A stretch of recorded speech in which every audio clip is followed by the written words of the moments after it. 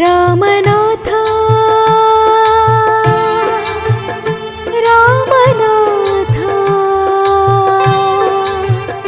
ರಾಮನಾಥ.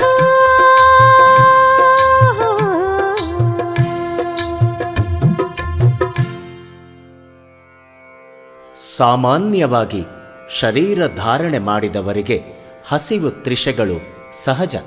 ಆದರೆ ಅದನ್ನು ಪವಿತ್ರ ಮಾಡಿಕೊಳ್ಳಲು ಗುರುಮುಖೇನ ಲಿಂಗಕಾಯವನ್ನಾಗಿ ಮಾಡಿಕೊಂಡು ತನ್ನ ಇಷ್ಟಲಿಂಗಕ್ಕೆ ಅರ್ಪಿಸಿ ನೈವೇದ್ಯ ಮಾಡಿ ನಂತರ ಸ್ವೀಕರಿಸಬೇಕು.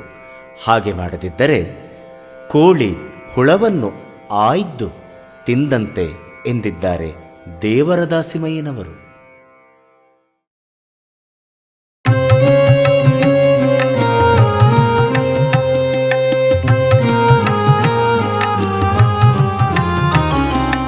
ಅಡಗ ತಿಂಬರು ಕಣಿಕದ ಅಡಿಗೆ ಇರಲಿಕ್ಕೆ,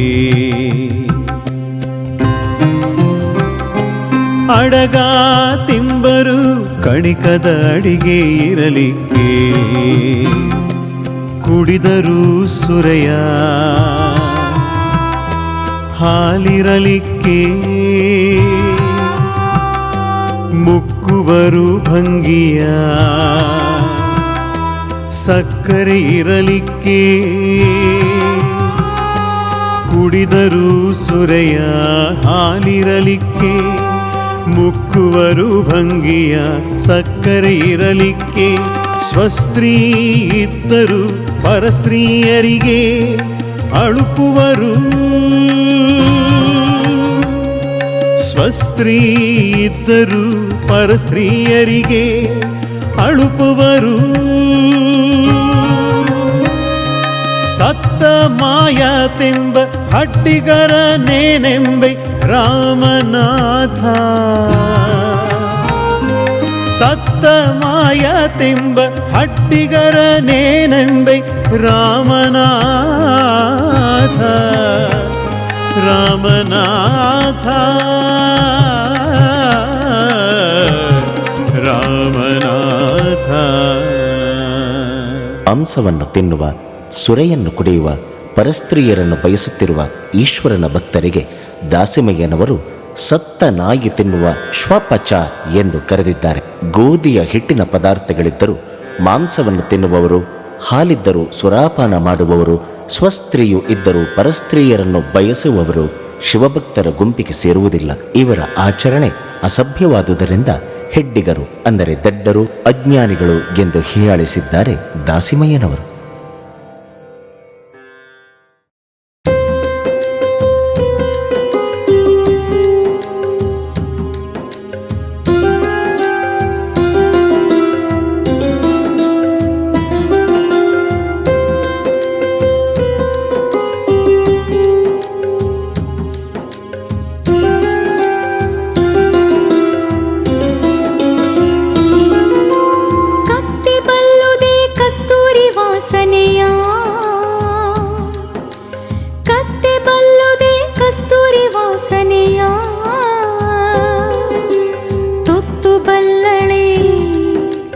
ಗುರು ಹಿರಿಯರು ಉತ್ತಮರೆಂಬುದ ತೊತ್ತು ಬಲ್ಲಳೆ, ಗುರು ಹಿರಿಯರು ಉತ್ತಮರೆಂಬುದ ಭಕ್ತಿಯ ನರಿಯದ ವ್ಯರ್ಥ ಜೀವಿಗಳು, ಭಕ್ತಿಯ ನರಿಯದ ವ್ಯರ್ಥ ಜೀವಿಗಳು ನಿಮ್ಮವರನು ಎತ್ತ ಬಲ್ಲರೈ ರಾಮನಾಥ, ನಿಮ್ಮವರನು ಎತ್ತ ಬಲ್ಲರೈ ರಾಮನಾಥ, ರಾಮನಾಥ ನಿಮ್ಮವರನೆತ್ತ ಬಲ್ಲರೈ ರಾಮನಾಥ.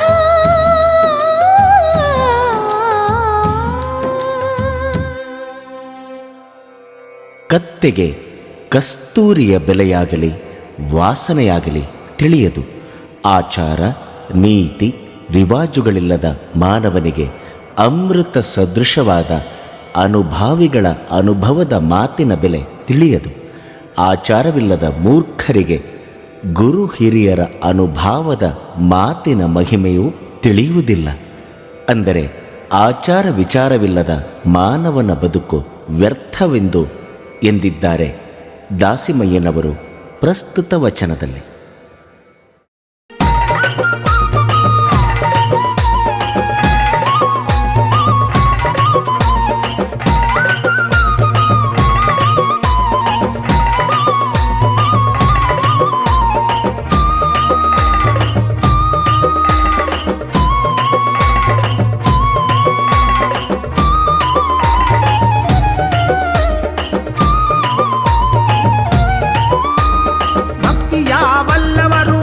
ಮೆಚ್ಚಿ ಮನವನೊಚ್ಚುತ್ತಾ ಕೊಡುವರು.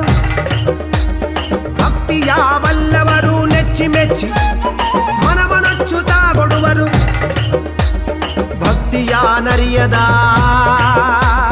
ಬಲು ಪಾಪಿ ಜೀವಿಗಳು, ಭಕ್ತಿಯ ನರಿಯದ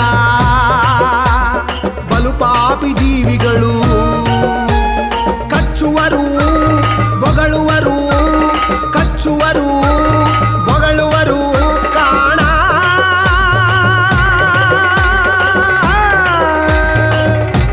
ರಾಮನಾಥ ರಾಮನಾಥ.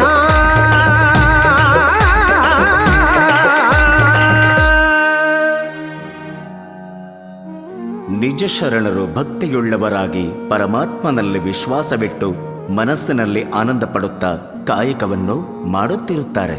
ಆದರೆ ಭಕ್ತಿಹೀನರು ಸದಾ ಪಾಪ ಕಾರ್ಯಗಳಲ್ಲಿ ತೊಡಗಿ ಪರರನ್ನು ವಂಚಿಸುತ್ತಾ ಬಾಯಿಗೆ ಬಂದಂತೆ ಮಾತನಾಡಿ ಜಗಳವಾಡುತ್ತಾ ಕಾಲ ಕಳೆದು ಸಂತೋಷ ಪಡುತ್ತಾರೆ. ಇವರು ಭೂಮಿಗೆ ಭಾರವೆನ್ನುವ ಭಾವವನ್ನು ದೇವರ ದಾಸಿಮಯ್ಯನವರ ಪ್ರಸ್ತುತ ಈ ವಚನದಲ್ಲಿ ಕಾಣಬಹುದು.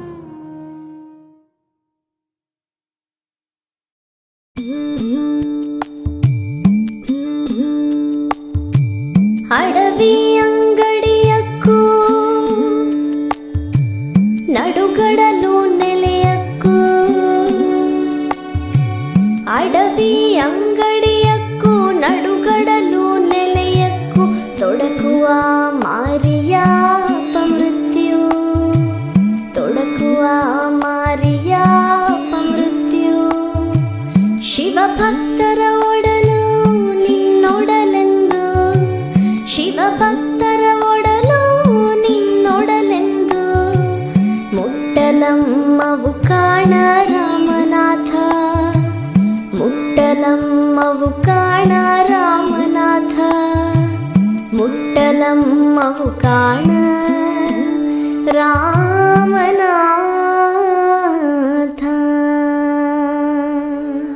ಪ್ರಸ್ತುತ ವಚನದಲ್ಲಿ ದೇವರ ದಾಸಿಮಯ್ಯನವರು ನಿಜವಾದ ಭಕ್ತನ ಭಕ್ತಿಯನ್ನು ವ್ಯಕ್ತಪಡಿಸಿರುವುದನ್ನು ಕಾಣುತ್ತೇವೆ. ಸನ್ಮಾರ್ಗದಲ್ಲಿ ನಡೆಯುವ ಭಕ್ತನು ಅಡವಿಯಲ್ಲಿ ಅಂಗಡಿಯಿಟ್ಟರೂ ಗ್ರಾಹಕರು ವ್ಯಾಪಾರಕ್ಕೆಂದು ಬರುವರು. ಸಾಗರ ಮಧ್ಯದಲ್ಲಿ ಮನೆ ಮಾಡಿದರೂ ಅತಿಥಿಗಳು ಬರುವರು. ಅವನ ಒಡಲು ಶಿವನ ಒಡಲಿಗೆ ಸಮಾನವೆಂದು ತಿಳಿದು ಮೃತ್ಯು ಸಹ ಅವನನ್ನು ಮುಟ್ಟಲು ಹೆದರುತ್ತದೆ. ಇಂತಹ ಶರಣನು ತ್ರಿಕರಣ ಪೂರ್ವಕ ಪರಿಶುದ್ಧನಾಗಿರುತ್ತಾನೆ ಎಂದಿದ್ದಾರೆ ದಾಸಿಮಯ್ಯನವರು.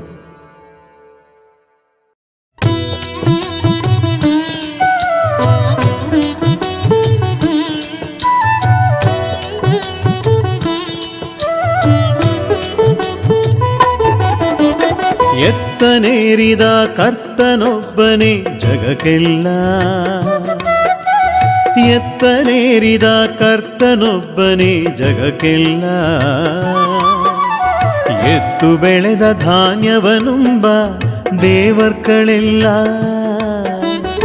ಎತ್ತು ಬೆಳೆದ ಧಾನ್ಯವನುಂಬ ದೇವರ್ಗಳೆಲ್ಲ.